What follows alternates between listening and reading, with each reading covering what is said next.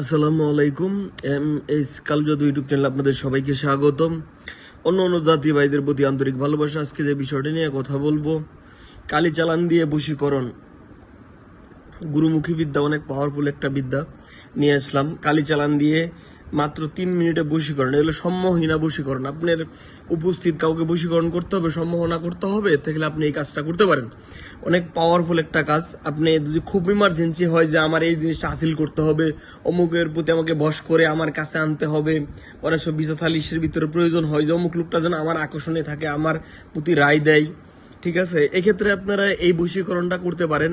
কালি চালান দিয়ে বশীকরণ এক পাওয়ারফুল একটা মন্ত্র।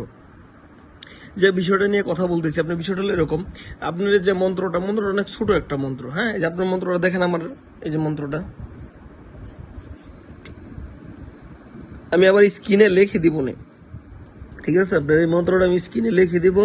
এই দেখেন মন্ত্রটা আমি তারপর স্ক্রিনে আপনাদের সুন্দর করে লিখে দিব যে কিভাবে কি করতে হবে। হ্যাঁ, মন্ত্রটা, এই মন্ত্রটা হলো অনেক সুন্দর একটা মন্ত্র, একটা ছোট একটা মন্ত্র। হ্যাঁ, কালি চালান দিয়ে বশীকরণ মন্ত্র মাত্র 3 মিনিটে।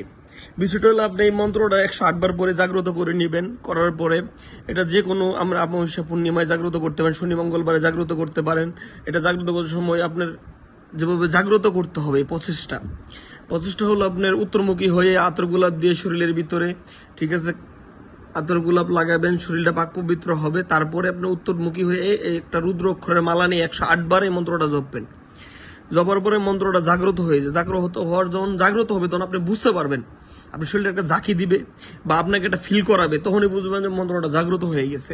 এক্ষেত্রে পরে কি করবেন, যখন আপনি এই কাজটা করবেন, একটা কথা বলি, আপনারা যে কোনো প্রয়োজনে আমার সাথে কথা বলতে পারেন। এই যে আমার নাম্বার 01911902172, এই হোয়াটসঅ্যাপ খোলা আছে। যে কোনো প্রয়োজনে, যে কোনো পরামর্শের জন্য অবশ্যই আপনার আমার সাথে যোগাযোগ করতে পারেন, কথা বলতে পারেন।